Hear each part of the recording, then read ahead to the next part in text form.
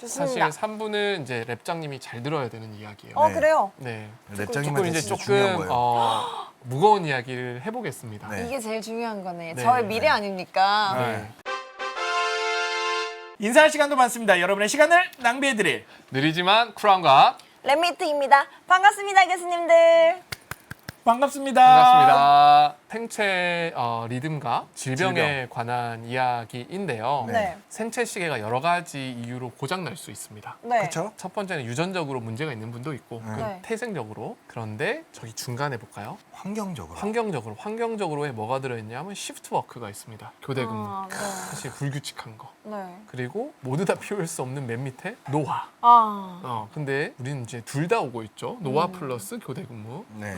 그렇게 하면 저희 가운데 보시는 것처럼 시계가 고장나기 시작합니다. 네. 그러면 시간 장치가 고장나면 수많은 질병들이 발생할 확률이 급격하게 증가합니다. 그렇죠. 당연히 수면 질환 너무 당연한 거고 네네. 암, 감염, 당뇨 등등 수많은 질병이 걸릴 확률이 높아집니다. 왜? 진짜 나이 들면은 여기 뭐 하나가 긁혀도 닦지만 않으면 옛날에는 금방 없어졌는데 염증 생겨서 팅팅 붓고 그렇죠. 닦지 않는데 한참 걸리고 그렇더라고요 진짜로. 네. 근데 저 약간 인내심이 없는 스타일이라 그럼 딱 하나만 먼저 막 질문해도 돼요? 만약에 그러면 생체 리듬이 일단 만약에 이 시계가 깨졌어. 그러면 막 우리가 예전에 마약 했었을 때도 사실 사람의 몸이 굉장히 대단하게도 리커버리를 할 거라고 생각하는 거예요? 네, 리커버리가 가능한 부분이 아니요. 있나요? 아예 없어요? 쉽지 않아요. 정말요? 네, 생체 시계가 노력은 할 텐데, 네. 그러니까 예를 들어서 네. 제가 해외여행을 가면 네. 시차가 한 번 생기는 거잖아요. 그쵸. 그거는 한 일주일 지나면 리커버리가 됩니다. 그런 것들은. 근데 제가 해외를 가는 일이 뭐 1년에 몇 번 있겠습니까? 뭐 그때는 오케이. 근데 교대 근무라는 건 매일 해외여행을 가는 거잖아요. 시체 시계가 리커버리할 시간이 시간이요. 없어요. 그럼 이건 거의 그냥 필로폰이랑 같은 건 느낌이네. 그럼 망가지니까. 망가지는 거죠. 그래서 이게 이제 제가 외국 기사를 이제 가져온 건데 밤샘 근무하는 건 발암 물질이다. 그래서 실제로 WHO에서 야근을 발암 추정 물질 중에 2A군 굉장히 높은 거거든요. 네. 로 분류했어요. 그러니까 탄 거 이런 거가 더 낮아요, 저거보다. 그래요? 네, 굉장히 높은 등급입니다. 이번 주 화요일 날 엊그저께 정지 교수님 나와서 탄 거는 2톤을 먹어야 치사량이래요. 계산을 해봤을 때. 근데 이미 만약에 이렇게 살았으면 어떡해요? 20년 넘게 살았는데. 지금이라도 안 해야지. 기다려봐. 어떻게 해야 될지 나올 거야. 그리고 네. 이 삶이 절대 좋은 삶이 아닌 거는 나는 내 나이가 들어보니까? 원장님보다 조금 더 있잖아요. 네. 80 조금만 있나요? 구나 몰랐네요. 확 와요. 네. 진짜. 그래서 사실 야근은 사실 좋지 않고요. 그러니까 밤에 빛을 많이 보는 행위는 좋지는 않습니다. 그래서 이런 생체 시계가 고장 나면 당연히 이제 이런 일들이 생기는 거고. 그래서 궁금했어요. 그럼 이제 생체 시계가 고장 나면 이제 암이 많이 발생한다는 건 이미 많이 알려져 있는 연구인데 왜? 어떻게? 그걸 찾아야 사실 치료법을 알 수 있게 되는 거거든요. 그래서 그거가 이제 궁금을 했었고, 그래서 요 문제를 풀고 싶었습니다. 뭐냐면 암에서 가장 중요한 단백질 하나를 얘기하라 그러면 모든 사람들이 얘기하는 게 P53이라는 단백질입니다. 네. 왜냐하면 저 P53이라는 단백질이 DNA가 고장 나면 그걸 이제 고쳐주는 거예요. 근데 그 고쳐주는 게 안 되면 암이 생기는 거거든요. 그렇죠. 그러니까 P53이 고장 나면 암이 생기는 겁니다. 그만큼 P53이 제일 중요한 건데 생체 시계랑 암이랑 이제 관계는 있잖아요. 네. 그걸 이제 분자 순으로 보려면 생체 시계에서 제일 중요한 단백질은 뭐다? 피리어드. 암에서 제일 중요한 단백질은 뭐다? P53. 그럼 두 개가 어떻게 상호작용을 하는지를 알면 네. 두 개 사이에 좀 관계가 명확해지잖아요. 그럼 뭔가 약을 개발할 수도 있고 이런 네, 것들을 네. 할 수 있게 되는 거죠. 그렇죠, 그렇죠. 그래서 제가 궁금했던 건 피리어드란 단백질이 P53을 어떻게 조절하는가 이게 궁금했어요. 네. 그래서 그거를 이제 연구를 하기 시작했고 네. 연구를 시작하게 된 계기는 이제 버지니아 공대의 이제 핑키엘 스타인이라는 교수님과 만나면서 이 분야를 시작했는데 이분을 어떻게 만나고 사실 이 연구를 어떻게 시작했는지 굉장히 많은 에피소드들이 있는데 네. 그 에피소드는 이제 시간 관계상 제가 설명 안 하고 책을 보시면 나옵니다. 네. 네. 이 이야기가 궁금해서라도 책을 사겠는데 교수님 빌드업이 잘하고 있습니까? 네. 좋습니다. 네. 그래서 이분을 이제 처음 만났을 때 어떤 일이 있었냐면 이제 갔더니 그 피리어드 단백질이 P53 PO13을 안정화시킨다는 걸 이미 칼라 핑케어스탄 교수님이 논문을 썼어요. 저희 처음 네. 만났을 때. 그 네. 안정화시킨다는 얘기는 아까 우리 단백질 떨어지는 거 공부했었잖아요. 네. 보통은 이렇게 예쁘게 떨어진다 그랬죠. 여기 그래프 보시면 PO13은 예쁘게 떨어지는 거 보이죠. 계단 모양 아니죠? 네. 근데 그래프가 두 개 있잖아요. 네. 그게 실선은 원래 떨어지는 모양이고 네. 점선은 뭐냐면 피리어드를 없앴을 때. 아, 피리어드를 없애니까 더 빨리 떨어지죠. 네. 네. 그 얘기는 뭐다? 피리어드 단백질이 PO13을 더 안정화시킨다. 안정화시킨다. 그렇죠? 그러니까 항성님이 있을 때는 유닛 랩장님은 천천히 떨어지는데 항성님이 어디 가면 빨리 떨어져. 그렇다는 얘기는 항성님이 랩장님을 안정화시켜주고 있다. 네, 괜찮네, 괜찮네. 내가 지켜줄게요. 이렇게 되는 거죠. 그러니까 피리어드가 지켜주고 있는 거예요, 좋습니다. PO13을. 음. 그래서 이까지 딱 나왔을 때, 자, 질문해 볼게요. 피리어드 단백질은 일정하지 않고 24시간 주기로 양이 많아졌다, 작아졌다 하잖아요. 네. 그럼 양이 많을 때는 잘 지켜주는 거잖아요. 그럼 PO13은 더 안정화가 되잖아요. 그럼 양은 어떻게 될 것 같아요? 증가. 올라가겠죠. 그리고 피리어드가 없으면은 빨리 감소하니까 PO13은 작아져야 되죠. 네. 네. 그래서 이 사람들이 예상했던 게 뭐냐면 피리어드가 증가하면 PO13이 점점 안정화되니까 증가하고 피리어드가 사라지면 안정화시켜줄 사람이 없어지니까 빨리 떨어지죠. 증가. 그러니까 피리어드가 움직임에 따라서 PO13은 조금 있다가 반응을 하겠네요. 똑같이. 그렇죠, 그렇죠. 네. 그래서 저렇게 될 거라고 예상을 당연히 하고 네. 실험을 했죠. 그래서 여기 고토 박사님이란 분이 실험을 했는데 오른쪽처럼 나온 거예요. 완전 거꾸로인데요? 그렇죠. 실선이 PO13이고 네. 점선이 아. 피리어드인데 반대야. 네. 이러면 안 되거든요. 그러니까 직관이랑 반대죠. 오히려 피리어드가 많을 때 PO13이 작고 피리어드가 작을 때 PO13이 많다는 거예요. 이렇게 된 거예요. 그래서 랩 상황이 어땠냐 하면 왼쪽에 이제 교수님이고 오른쪽에 이제 포스닥터인데 교수님이 말이 안 되는 결과가 나왔으니까 너 뭐 잘못한 거야 실험을. 항체 체크해 세포 다른 걸로 해봐. 너 뭐 잘못했어. 근데 포닥터 사실 좀 열받은 거예요. 진짜 네, 6개월 동안 하겠는데. 정말 열심히 완벽하게 했는데 이렇게 나온 걸 어떡하냐고. 그래서 이런 상황을 저는 좋아합니다. 즐깁니다. 네, 왜냐하면 말이 안 되는 거는 재밌는 문제란 거거든. 그러니까 그렇죠. 풀 게 있다는 거니까. 풀 게 있다는 거니까. 그래서 그럼 이거 같이 해보자. 수학으로 도와줄게. 사실 저 둘도 잃을 게 없잖아요. 그렇죠. 그래서 공동 연구를 시작했습니다. 네. 또 하나 실험을 이제 더 했던 게 뭐냐면 세포는 두 가지로 구성되어 있거든요. 세포 핵이 있고 네. 그 바깥을 세포 질이라고 부르는데 핵 안에서 보면 요 두 개의 커브가 조금 가깝고 바깥에 보면 완전히 정반대고 이런 그래프를 저희한테 준 거예요. 네. 근데 왜 그렇게 되는지는 잘 모르겠고 사실. 어. 그래서 그 사람들이 저한테 부탁했던 게 뭐냐면 도대체 피리어드 2가 뭘 하길래 PO13이 저렇게 되는 거야. 이걸 찾아줄래? 그래 해줄게. 그땐 포스닥터라서 참 자신이 많을 때였어요. 뭐든지 할 수 있을 것 같아요. 왜냐면 박사 처음 받았을 때 아시죠? 아, 야, 세상에서 내가 제일 똑똑하거든. 그러니까 다 들어와. 내가 다 풀어줄게. 그럴 때 딱 저게 포스닥 첫 달. 그렇지. 그래서 기고만장할 때. 그렇죠. 근데 결국 이런 걸 풀어야 돼. 뭐냐 하면 이게 PO13이 굉장히 중요한 단백질이잖아요. 우리 네. 몸에 암을 막아주는 거니까 걔를 조절하는 단백질들이 많아. 너무 많아. 사실 이거는 PO13을 레귤레이션 하는 그래프를 중에 가장 간단한 걸 제가 들고 온 거예요. 간단한 버전이 이 정도야. 훨씬 복잡해요, 원래. 와. 그럼 제가 풀어야 되는 건 뭐냐면 피리어드가 저 화살표 중에 뭔가를 건드리는데 어느 놈을 건드릴지를 예측해 줘야 돼요. 이걸 제가 예측을 해주면 그 친구가 실험을 할 거잖아요. 잘못 집으면 그 친구의 인생이 또 또 나락으로 가는 거냐 많은 부담이 가는 건데 이 문제는 너무 어려운 거예요. 마인드맵 감성이네. 마인드맵 감성이야. 그래서 저거는 아무리 수리 모델을 가져와도 음. 예측을 할 수가 없는 문제. 왜냐하면 데이터는 꼴랑 몇 시계열 개? 데이터 3개인데 그걸 가지고 저 중에 뭔지를 찝어내라고 하니까 그렇죠, 그렇죠. 제가 PO13을 너무 몰랐어. 어.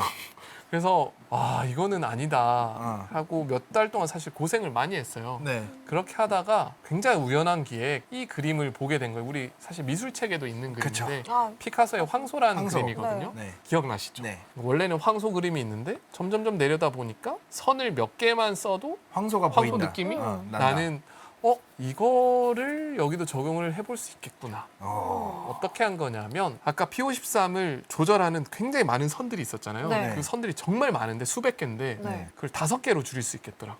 뭐냐면 그 선들이 굉장히 많은 역할들을 하는데 그 역할들이 5개 중에 하나더라고요. 뭐냐면 PO13을 만들어내거나 네. 네. 혹은 PO13을 분해시키거나 네. 혹은 PO13을 해간으로 넣거나. 혹은 빼거나. 빼거나. 끝. 네? 그 수많은 화살표들이 저 중에 뭔가 하나예요. 그래서 저한테는 저게 황소인 거야. 그래서 이 복잡한 그림이 저렇게 단순화되는 거예요. 그렇게 한 다음에 질문을 다시 해볼게요. 피리어드가 무언가를 한다 그랬잖아요. 네. 근데 네. 아까 그 복잡한 화살표 중에 뭔가를 하는 건 굉장히 어려운 문제인데 저 5개 중에 뭔가를 해가지고 오른쪽에 보이는 저런 그래프를 만들어낼 수 있을까? 이 문제는 훨씬 쉬워진 거지. 그래서 어떻게 다시 질문을 하냐면 피리어드가 저 5개의 화살표 중에 플러스로 레귤레이션 할 수도 있고 네. 혹은 마이너스로 마이너스. 레귤레이션 할 수도 있고 안 할 수도 있고 그 질문을 컴퓨터 안에 던지는 겁니다. 근데 근데 컴퓨터한테 던지려면 쟤를 뭘 해야 되냐고 식으로 표현해야 된다 그랬잖아요. 네. 식이 딱 2줄이면 돼요. 와. 왜냐하면 아까 처음에는 원래 그림으로 하려면 식이 수백 개 있어야 되거든요. 맞아요. 근데 저걸 단순화시키니까 식이 2개, 황소가 된 거죠. 와. 그래서 그 다음 슬라이드 보시면 이제 목적이 뭐냐 하면 네. 저 식 2개를 준 다음에 컴퓨터한테 플러스 마이너스를 마음대로 선택을 하게 하는데 목적은 뭐냐 하면 아까 세포질에서는 피리어드랑 P53이 완벽하게 반대였고 네. 핵에서는 조금 비슷했잖아요. 저거를 어떻게 하면 언제 리프로듀스 할 수 있는지를 컴퓨터한테 게임을 시킨 거예요. 근데 컴퓨터가 한 10에 8승 정도 트라이를 했는데 그중에 1000번은 저렇게 되는 걸 찾았어요. 어. 똑같이 나오게. 그러면 1000개가 나오면 그중에 공통점이 뭔지를 찾으면 되잖아요. 그렇죠. 1000개 중에. 그래서 공통점이 이제 그 다음 슬라이드입니다. 첫 번째 공통점이 뭐냐 하면 이게 조금 복잡한 그래프인데 네. 아까 5가지 화살표가 있다 그랬죠. 네. 프로덕션이 피리어드를 만들어내는 거, 네네. 네. 뉴클리어스 엔트리가 해관으로 들어가는 거, 네. 뉴클리어스 엑싯이 나가는 거, 네. 그리고 데그리데이션 2종류. 그리고 저 박스가 보면 플러스가 뭐냐면 펄이 플러스로 레귤레이션 하는 거. 그 다음에 마이너스. 0은 노하는 거, 아무것도 안 하는 거, 네. 마이너스는 마이너스로 레귤레이션 하는 건데 뉴클리어스 데그레이션 왼쪽 걸 보면은 어디가 제일 높아요? 회색 박스가 제일 네, 높죠. 회색 네. 박스. 레귤레이션을 아무것도 안 안 한다. 한다는 거. 그다음 사이토플라즈믹 데그레이션도 아무것도 안 한다. 안 한다. 핵 밖으로 나가는 것은 안 한다. 안 한다. 뉴클리어스 엔트리는 핵으로 들어가는 거를 무조건 한다. 파란색만 있네. 네. 한다. 그다음에 프로덕션은 파란색 절반, 빨간색 절반이니까 이거는 또 아무것도 안 한다. 안 한다. 그래서 공통점은 피리어들이 단백질이 P53을 해관으로 데리고 가네? 이 예측 하나. 두 번째 예측은 또 1000개의 공통점이 뭐였냐면 그 다음 슬라이드 보시면 피리어드란 단백질의 반감기가 해관이랑 바깥 세포질이랑 달라. 그래서 그 비율을 봤는데 네. 그 비율이 1000개다 1보다 크죠? 네? 다시요. 저 X축이 뭐냐면 P53의 해프라이프가 네. 해관에 있는 거랑 세포질에 있는 거의 비율을 본 거거든요. 네. 네. 그 비율이 10의 0승은 1이잖아요. 1이에요, 그럼 1. 같다는 얘기고 네. 10의 0승보다 크다는 거는 분자가 크다는 거잖아요. 네. 그러면 분자가 언제 큰 것만 다 1000개가 있네요? 그렇죠. 큰 쪽에만 다 오른쪽에 그래프가 있는 거죠. 그렇죠. 처음엔 네. 아무런 제약을 안 줬는데. 네네네. 그렇다는 얘기는 P53이 해관에서 더 천천히 분해되는구나. 네. 그럼 이 두 개를 종합해보면 어떤 얘기가 되냐면 피리어드가 P53을 해관으로 데리고 가는데 그 해관에서는 P53이 천천히 분해되는구나. 분해된다. 그러니까 기존에는 피리어드가 P53을 안정화시키는 건 알고 있었잖아요. 근데 어떻게 안정화시키냐 하면 위치를 바꿔가지고 해관으로 데리고 가서 그러니까 밖에 있으면은 잘 분해가 빨리 분해가 돼. 되니까 야, 너 일로 와봐. 일로 와. 그렇지. 여기 가면은 쉬어. 해관으로 데리고 가면 쉬는 여기 거야. 가면 의자가 있단다. 어. 그래서 그렇게 되는 게 예측이었어요. 와. 그러면 이제 가설이 이제 또 생긴 거잖아요. 그쵸. 그럼 이제 또 떨리는 마음을 가지고 또 이메일을 쓰는 거죠. 자, 누군가의 1년을 책임질 만한 이메일을 또 쓰십니다. 그렇죠. 그러면 이제 또 고토가 1년을 실험을 해야 되니까. 네. 근데 다행히 이제 납득이 됐고 이제 실험을 하셨죠. 네. 그래서 실험 결과입니다. 첫 번째가 정말 P53이 해관에서 더 천천히 분해되는가? 곡선을 한번 볼까요? 하늘색이 세포질이고 녹색이 핵이거든요. 그 천천히 분해되는 게 보이네요. 보입니까? 확실히 보이네요. 이게 약간 마린을 벙커 안으로 집어넣는 거랑 그렇지, 비슷한 효과네. 그렇지. 어. 마린을 벙커 안에 든다. 뭐 좋습니다. 와. 그렇지. 마린을 살리기 위해서 벙커 안에 넣는 그치. 거지. 그렇지. 어. 그래서 P53이 정말로 해관에 진짜로 천천히 분해되네. 그 실험으로 첫 예측이 검증이 됐고 두 번째 이제 해관으로 데리고 들어가는지만 검증하면 되잖아요. 그렇죠. 그래서 두 번째 실험 결과 보시면 결과가 뭐냐면 P53의 양을 점점점 늘려봤어요. 네.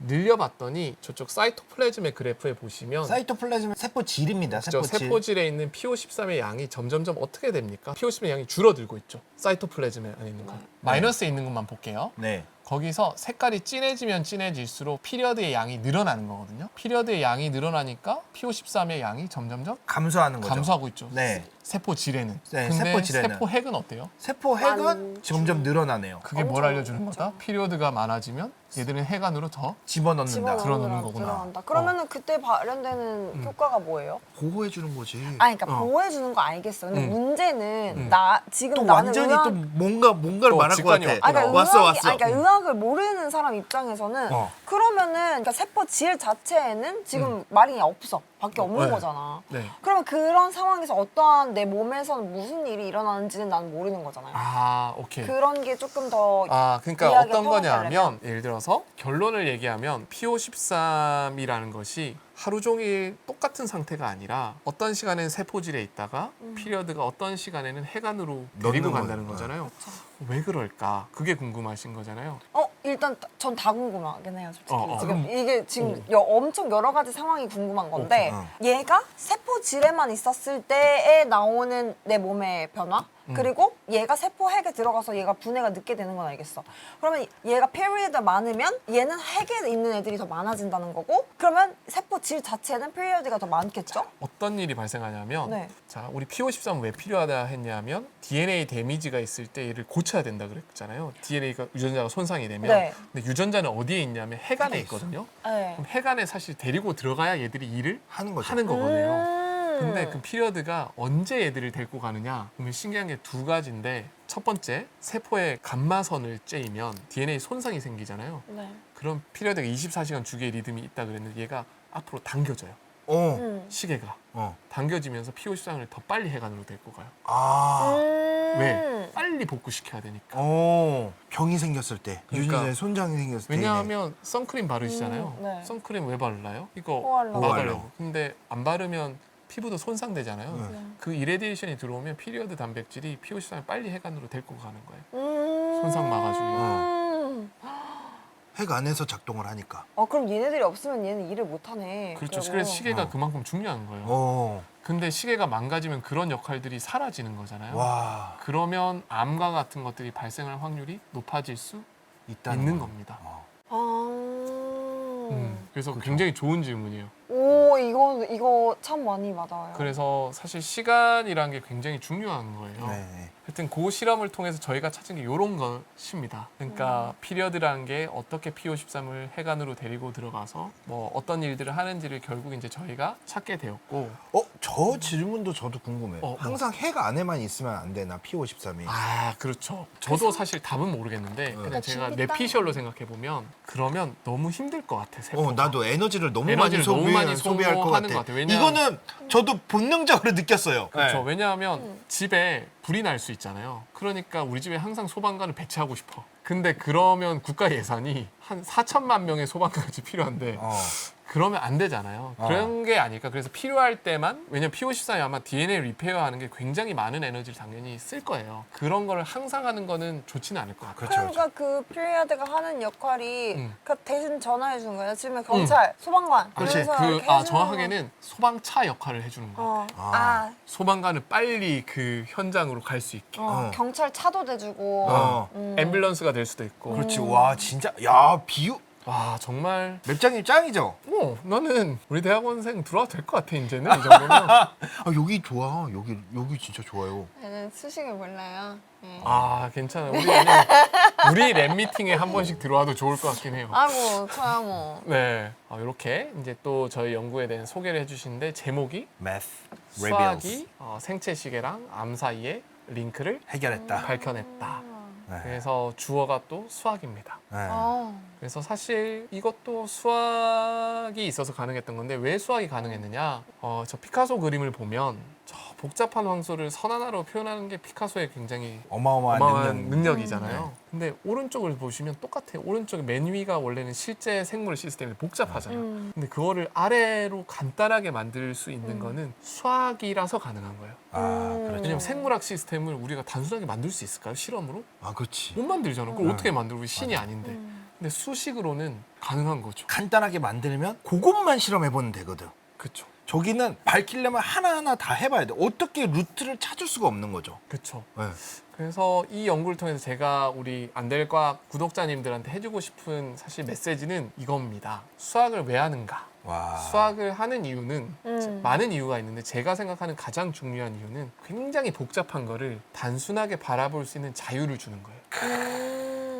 그래서 피카소가 그림에서 했던 거를 많은 과학 현상에서 할 수 있게끔 할 수 있는 건 수학을 사용할 때인 것 같아요. 맞아요. 실험으로는 안 되는 거. 네. 그렇기 때문에 굉장히 어려운 문제들을 좀 쉽게 풀 수 있는 기회들이 생기는 것 같습니다. 네. 그래서 혹시 주변에 수학을 왜 배워야 되는가? 라고 질문을 하면 요 답을 한번 해주셔도 좀 멋진 답이 될 수 있잖아요. 수학은 복잡한 것을 단순하게 바라볼 수 있는 자유를 준다. 다시 말해서 당신을 피카소로 만들 수 있는 능력을 부여하는 게 수학입니다. 네. 그래서 수학을 공부하시면 경제학의 피카소가 될 수도 있고 물리학의 피카소가 될 수가 있고 생명과학의 피카소가 될 수도 있는 거죠. 네. 네. 피카소는 한붓그리를 하고 싶었던 게 천재다. 와. 이게 저희 시청자이기 때문에 가능한 얘기예요. 갑자기 제 지금 이 황소 그림에서 하고 싶죠. 홀수점이 몇 개인지 카운트하고 있어요, 제가 지금. 네, 정말 멋있고요. 그래서 사실 오늘 제가 준비한 거는 이제 끝이 났고요. 사실 제가 진짜 이 책을 쓰고 나서 몇 번 인터뷰를 했는데 맞아요. 그분들이 책을 쓰게 된 계기랑 물어보면 항상 이렇게 답을 합니다. 계기와 용기가 다 안 될 과학에서 나온 거라. 감동이. 개운도. 근데 진짜 그렇게 말씀하고 다니세요. 진짜로. 네, 왜냐하면 사실 정말 안 나오려고 그랬었거든요. 맞아요. 맞아요? 섭섭했어요.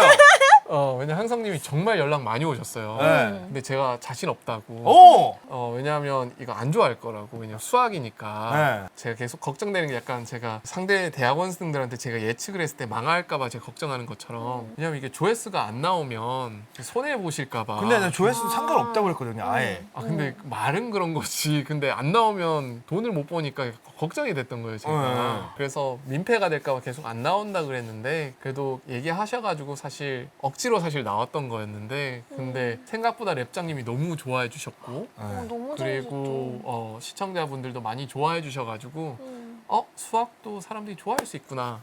진짜 용기를 얻었어요. 네. 그래가지고 책을 쓸 수 있는 용기를 얻었습니다. 네. 그래서 이 책을 쓰게 됐고요. 그래서 사실 책 내용을 보시면 이 안될과학 작년에 찍었던 내용이랑 오늘 했던 내용이랑 이런 내용들이 사실 있습니다. 맞아요. 네, 그래서 조금 더 자세한 내용들이 있는 것이고요. 그래서 보시고 재밌다고 느껴지시면 한번 책을 한번 살펴보시면 좋을 것 같고요.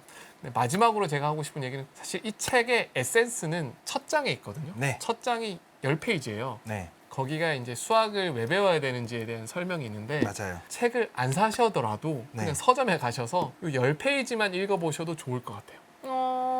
그래서 혹시 중고등학생 자녀가 있으신 분들은 서점에 끌고 가서 첫 10장만 읽어보라고 해주셔도 수학을 공부하는 중고등학생들이 조금 덜 스트레스 받지 않을까 한번 생각해 봅니다. 야, 오늘도 진짜 좋은 이야기를 해주신 그다음에 수학이 왜 쓸모 있고 네. 또 얼마나 쓸모 있는지 얼마나 많은 세상의 어려움을 직접적으로 해결해 줄 수 있는지에 대한 이야기를 해주신 김재훈 교수님께 다시 한번 감사의 말씀드립니다. 인사할 시간도 많습니다. 여러분의 시간을 낭비해드릴 느리지만 쿨한 과학 랩미팅이었습니다. 감사합니다, 교수님들. 감사합니다. 감사합니다.